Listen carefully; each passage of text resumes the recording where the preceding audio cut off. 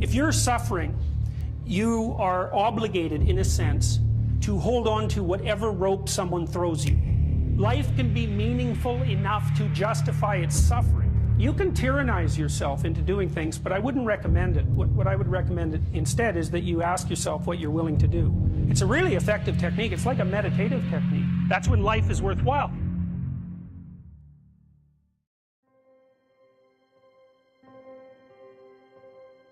I don't know exactly what's going to help you, but don't arbitrarily throw out any possibilities because you might not have that luxury.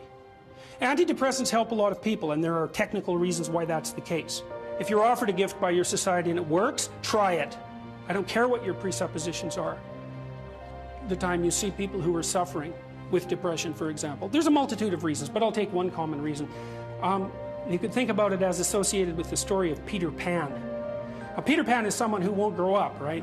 Now, the problem with Peter Pan is he gets to be king, but it's king of Neverland. Neverland doesn't exist.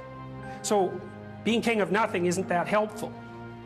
Well, one of the things that you often see with people who suffer from depression, and I'm not making a blanket statement about the cause of depression because there's lots of them, is that people who don't have enough order in their life tend to get overwhelmed. So, for example, if someone comes into me to see me and they say they're depressed, I always ask them a very standard set of questions.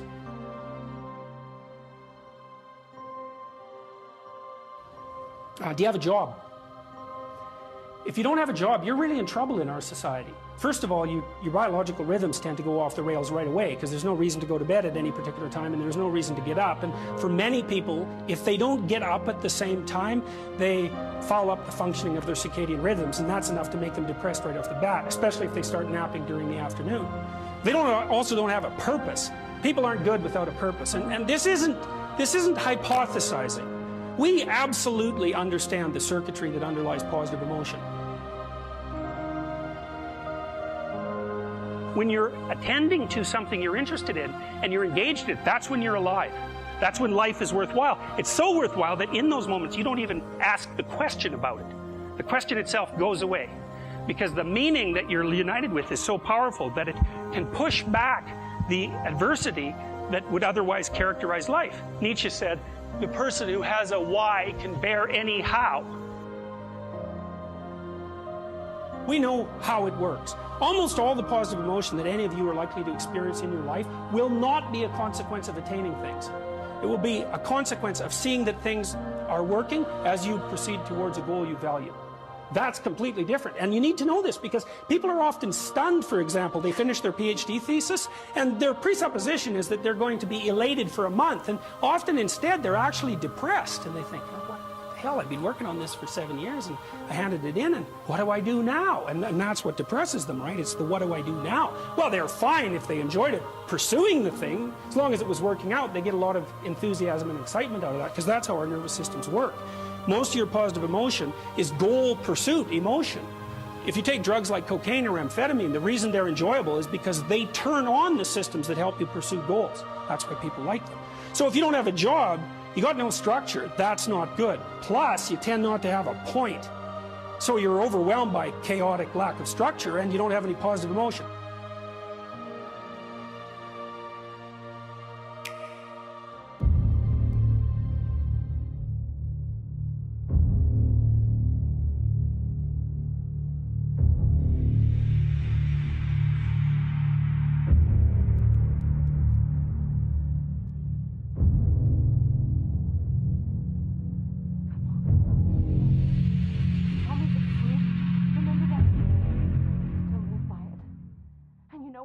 Good about the truth.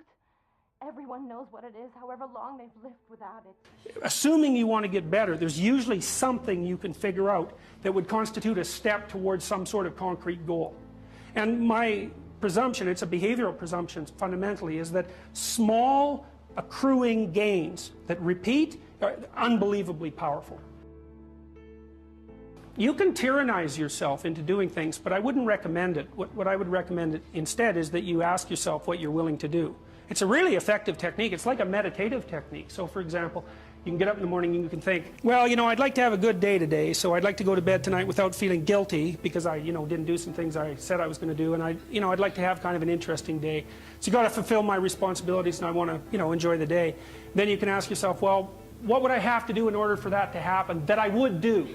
And the probability, if you practice this for 3 or 4 days, is your brain will just tell you. It'll say, well, you know, there's that piece of homework that you haven't done for like 3 weeks. You should knock that sucker off because it would only take you 10 minutes, and you've been avoiding it and torturing yourself to death for 72 hours straight. And say, well, let's figure out what your aims are. You've got to have some aims, whatever they are. And they might say, well, I'm so depressed I don't have any aims. And then I say, well, pick the least objectionable of the aims and act it out for a while and see what happens. Because sometimes your emotional systems are so fouled up that you have to pretend, you have to act the thing out before you can start to believe it. Life can be meaningful enough to justify its suffering. I thought, God, that's such a good idea. Because it's not optimistic exactly. You know, some people will tell you, well, you can be happy. It's like, those people are idiots. I'm telling you, they're idiots. There's going to be things that come along that flatten you so hard you won't believe it.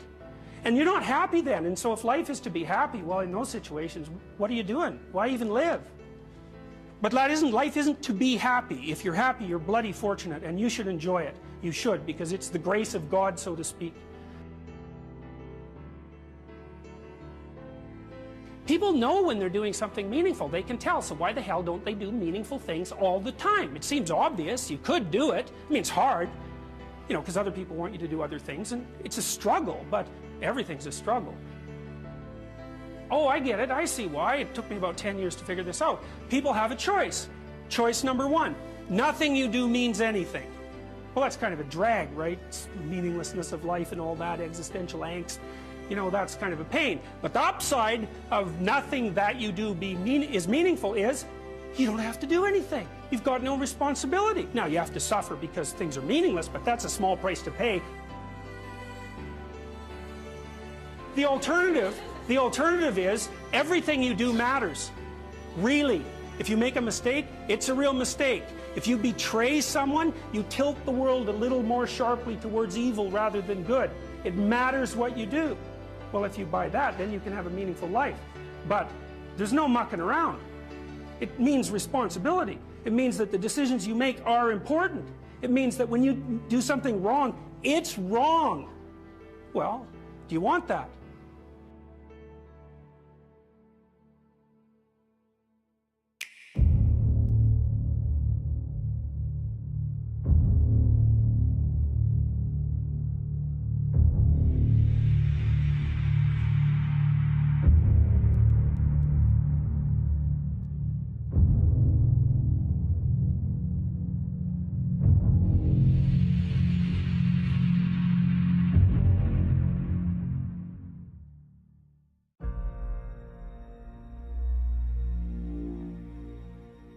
You know, if you take people, then you expose them voluntarily to things that they are avoiding and are afraid of, you know, that they know they need to overcome in order to meet their goals, their self-defined goals. If you can teach people to stand up in the face of the things they're afraid of, they get stronger. And you don't know what the upper limits to that are, because you might ask yourself, like, if for 10 years, if you didn't avoid doing what you knew you needed to do, what would you be like? Well, you know, there are remarkable people who come into the world from time to time, and there are people who do find out over decades-long periods what they could be like if they were who they were, if they spoke their being forward. And they get stronger and stronger and stronger, and we don't know the limits to that. We do not know the limits to that. Probably running at about 51% of our capacity. Something, I mean, you can think about this yourselves. I often ask undergraduates how many hours a day you waste or how many hours a week you waste. And the classic answer is something like 4 to 6 hours a day. You know, inefficient studying, watching things on YouTube that not only do you not want to watch, that you don't even care about, that make you feel horrible about watching after you're done. That's probably 4 hours right there. You know, you think, well, that's 25 hours a week, it's 100 hours a month, that's 2.5 full work weeks, it's half a year of work weeks per year. And so if your life isn't everything it could be, you could ask yourself, well, what would happen if you just stopped wasting the opportunities that are in front of you? You'd be Who knows how much more efficient? 10 times more efficient, 20 times more efficient. That's the Pareto distribution. You have no idea how efficient people get. It's off the charts. It's not so obvious to me that people would take the meaningful path. You know, when you say, well, nihilists suffer dreadfully because there's no meaning in their life and they still suffer. Yeah, but the advantage is they have no responsibility. So that's the payoff, and I actually think that's the motivation. Say, well, I can't help being nihilistic. All my belief systems have collapsed. It's like, yeah, maybe. Maybe you've just allowed them to collapse because it's a hell of a lot easier than acting them out. And the price you pay is some meaningless suffering, but you can always whine about that and people will feel sorry for you. If you live a pathological life, you pathologize your society. And if enough people do that, then it's hell. Really, really.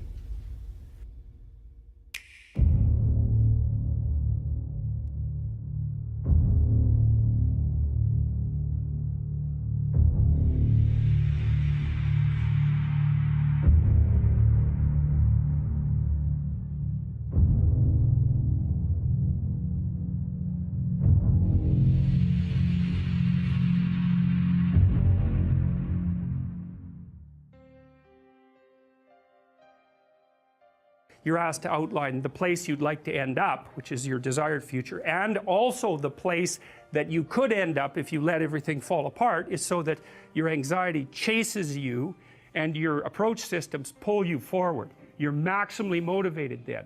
And it's important because otherwise you can be afraid of pursuing the things that you want to pursue, right? And that's very common. And so then the fear inhibits you as the promise pulls you forward, but it makes you weak because you're afraid. You want to get your fear behind you, pushing you.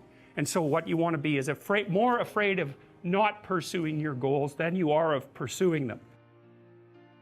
Putting yourself in a challenging mind frame is much easier on you psychophysiologically because you don't go into the generalized stress response to the same degree. And you're activating your exploratory and seeking systems, which are dopaminergically mediated and that involve positive emotion. So if you can face something voluntarily rather than having it chase you, it's way better for you psychophysiologically. So that's partly why, well, it's worthwhile to go find the dragon in its lair instead of waiting for it to come and eat you. So, and especially when you also add the idea that if you go find the dragon in its lair, you might find it when it's a baby instead of a full-fledged bloody monster that is definitely going to take you down. Don't avoid small problems that you know are there. Face them, because they'll grow into big problems all by themselves. And you can think about, imagine the tax department sends you a notification. You owe them like $300. Well, it's you know, that's annoying. Maybe you don't even want to open the letter. Or maybe if you do, you just put it on the shelf. But that damn thing doesn't just sit there like a piece of paper on the shelf, right? You ignore that for 5 or 6 years, it's going to become attached to all sorts of horrible things. And if you ignore it long enough, you get the idea. It's going to turn into something that is completely unlike the little piece of paper that it's written on. And many, many problems in life are like that. You'll see that they pop their ugly little head up, and you know, and you might want to turn away. You might not want to think about it, which is the easiest way of turning away, right? You just don't attend to it. You know, if you could have your life the way you wanted it in 3 to 5 years, if you were taking care of yourself properly, you know, what would you want from your friendships? What would you want from your intimate relationship? How would you like to structure your family? What do you want for your career? Well, how are you going to use your time outside of your job?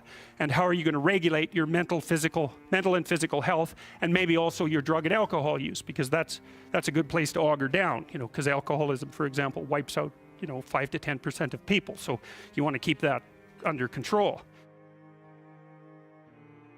And then, so maybe you develop a vision of what you would like your life to be, and that associates the goal. Well, once the goal is established, and then you break down the goal into micro processes that you can implement, the micro processes become rewarding in relation to their causal association with the goal, and that tangles in your incentive reward system, and that's the thing that keeps you moving forward. And the way it works is that it works better if it produces positive emotion when it can see you moving towards a valued goal. Okay, well, what's the implication of that? better have a valued goal, because otherwise you can't get any positive motivation working out. And so the more valuable the goal, in principle, the more the micro processes associated with that goal start to take on a positive charge. And so what that means is, well, you get up in the morning and you're excited about the day, you're ready to go. And so as far as I can tell, what you do is you specify your long-term ideal. Maybe you also specify a place you want to stay the hell away from, so that you're terrified to fail as well as excited about succeeding, because that's also useful. You specify your goal. You do that in some sense as a unique individual. You want to specify goals that make you say, oh, if that could happen as a consequence of my efforts, it would clearly be worthwhile. Because the question always is, why do something? Because doing nothing is easy. You just sit there and you don't do anything. That's real easy. The question is, why would you ever do anything? And the answer to that has to be because you've determined by some means that it's worthwhile. Number one, specify your damn goals, because how are you going to hit something if you don't know what it is? That isn't going to happen. And often people won't specify their goals too, because they don't like to specify conditions for failure. So if you keep yourself all vague and foggy, which is real easy, because that's just a matter of not doing as well, then you don't know when you fail. And people might say, well, I really don't want to know when I fail because that's painful. So I'll keep myself blind about when I fail. That's fine, except you'll fail all the time then. You just won't know it until you've failed so badly that you're done. Okay, so once you get your goal structure set up, you think, okay, if I could have this life, looks like that might be worth living, despite the fact that it's going to be, you know, anxiety provoking and threatening, and there's going to be some suffering and loss involved and all of that. Obviously, the goal is to have a vision for your life such that, all things considered, that justifies your effort. Okay, so then what do you do? Well, then you turn down to the micro routines. It's like, okay, well, this is what I'm aiming for. How does that instantiate itself day to day, week to week, month to month? And that's where something like a schedule can be unbelievably useful. Google Calendar. It's like, make a damn schedule and stick to it. Okay, so what's the rule with the schedule? It's not a bloody prison. That's the first thing that people do wrong. They say, well, I don't like to follow a schedule.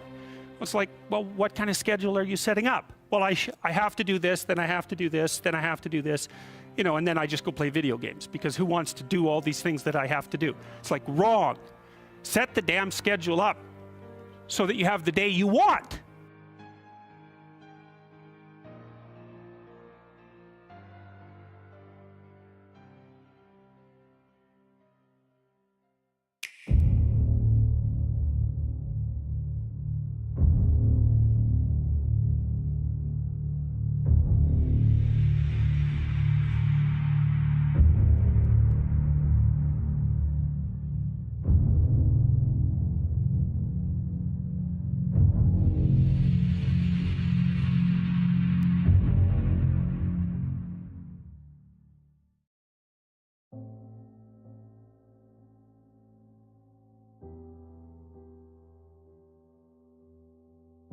What's the right ratio of responsibility to reward? And you can ask yourself that, just like you'd negotiate with someone who is working for you. It's like, okay, you got to work tomorrow. Okay, so I want you to work tomorrow. And you might say, okay, well, what are you going to do for me that makes it likely that I'll work for you? Well, you could ask yourself that, you know. So maybe you do an hour of responsibility and then you play a video game for 15 minutes. I don't know, whatever turns your crank, man. But, you know, you have to negotiate with yourself and not tyrannize yourself. Like you're negotiating with someone that you care for, that you would like to be productive and have a good life. And that's how you make the schedule. It's like, and then you look at the day and you think, well, if I had that day, that'd be good. Great. You know, and you're useless and horrible, so you'll probably only hit it with about 70% accuracy, but that beats the hell out of 0, right? And if you hit it even with 50% accuracy, another rule is, well, aim for 51% the next week, or 50.5% for God's sake, or because you're going to hit that position where things start to loop back positively and spiral you upward. And so that's one way that you can work on your conscientiousness, is plan a life you'd like to have. The other way you do that is by having a little conversation with yourself about, as if you don't really know who you are, because you know what you're like. You won't do what you're told. You won't do what you tell yourself to do. You must have noticed that. It's like you're a bad employee and a worse boss, and both of those work you know, for you.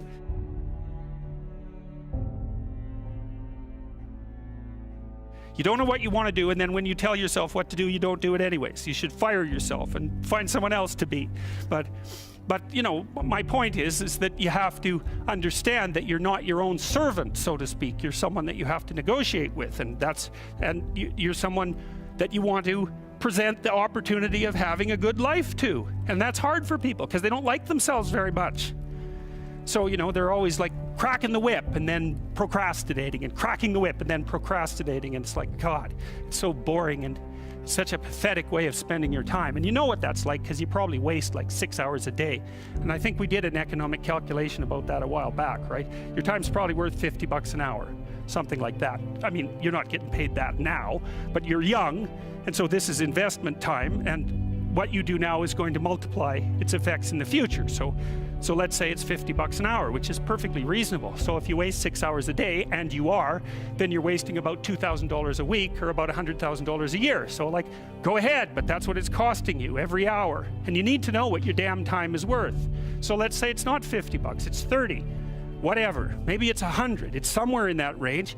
One of the things you should be asking yourself is, when you spend an hour, was that, well, would have I paid someone $50 to have had that hour? And if the answer is no, it's like, well, maybe you should do something else with your time. And it depends on whether or not you think that your time's worthwhile. But the funny thing about not assuming that is, if you assume your time isn't worthwhile, what happens is you don't just sit around sort of randomly in a state of responsibility-less bliss. What you do is you suffer existentially. And so that seems like a stupid solution.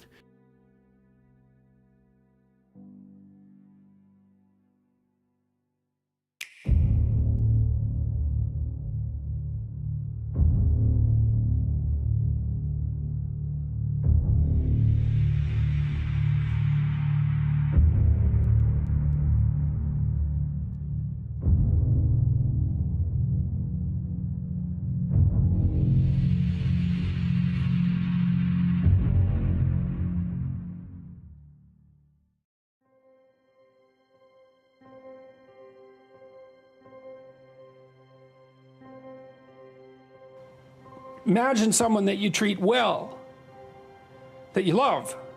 Then try to treat yourself that way. You got to detach from yourself a bit. You got to think, okay, well, I'm a person among other people, and I deserve at least as much respect as a person among other people, and I should be trying to help myself across time.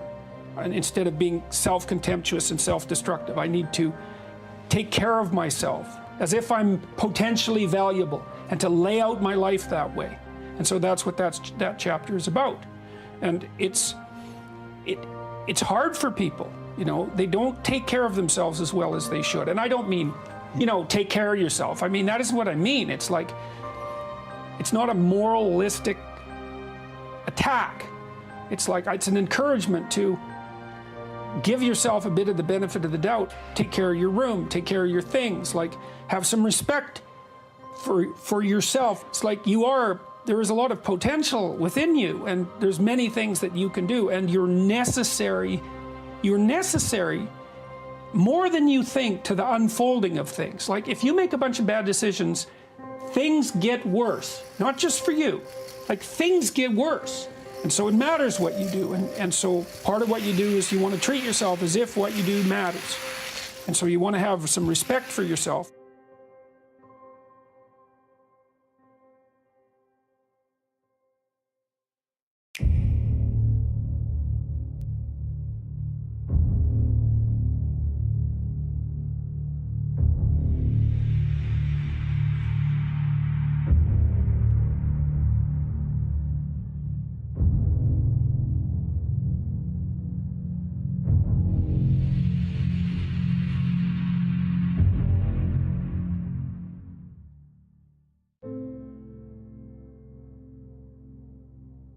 Young people like to think about ways to change the world, right? And that's actually a positive part of their development. It's a stage that the developmental psychologist Jean Piaget called the messianic stage, and he associated that with late adolescence.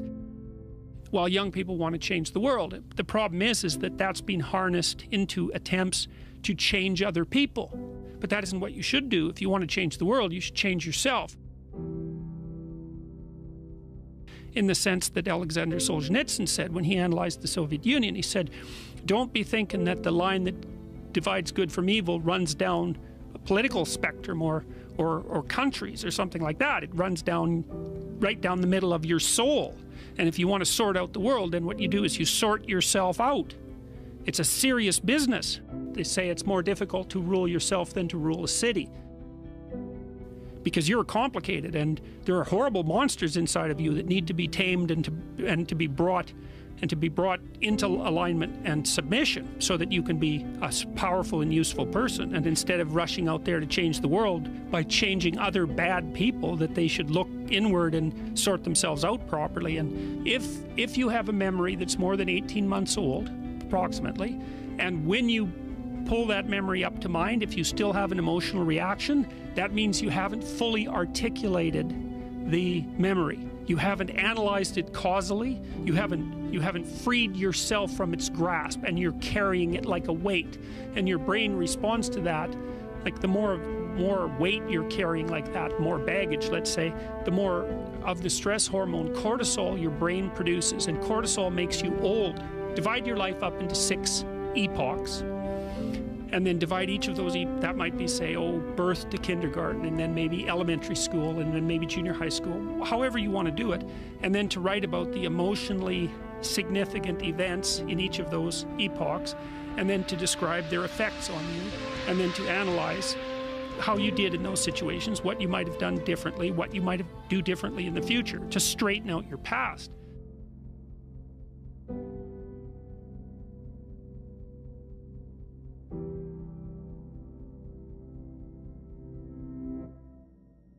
If you're thinking about your past, what it means is you haven't analyzed the causal chains. Because you might say, well, why do you remember your past? Well, you might say, well, it's in order to have an objective, record of the past. It's like it has nothing to do with that. There's only one reason you remember the past, and that's to be prepared for the future. That's why you remember the past. And so what you're supposed to do is take the past and extract out from it wisdom. And wisdom is the ability to avoid stumbling blindly into ditches. Here's a time in my past I stumbled blindly into this horrible ditch and terrible things happened to me. You need to take that apart. You need to figure out, how was it that events conspired with your participation, voluntarily or involuntarily, so that that terrible consequence emerged. You need to know why that happened and how you could react differently in that situation. And as soon as you do that, your brain will leave it alone. It won't obsess you about it anymore, because the anxiety-producing parts of your brain are basically trying to tell you where there are obstacles in your environment. Don't go there, there's fire. Maybe you could master the fire, right? Then you're a wielder of fire, you're not just a victim. And lots of situations are dangerous or not dangerous depending on your level of mastery, right? Life is like that. And so a negative emotion that's associated with a memory is something that's crying out for mastery, and writing can really help with that. You're reorganizing your brain when you write autobiographically. Imagine memories can be stored at different levels of your brain, from sort of primordial reptilian image-laden areas that are very emotional, up to finely articulated plans for your future life. Well, you want to take everything that's negative and emotional and transform that into a fully articulated vision for your future. And that frees you of your past. You shouldn't be thinking about your past. I mean, maybe if you're 80 and you're going over a well-spent life, that's a whole different thing. But if you're 30, 35, or 20, and most of the time you're thinking about your past, it's like your soul is trapped back there. You need to free it through investigation. And the metaphysical language is appropriate, because that is, in a sense, what you're doing. You're trapped in the past. It's like you got to break free of that so you can use all your resources to move ahead into the future.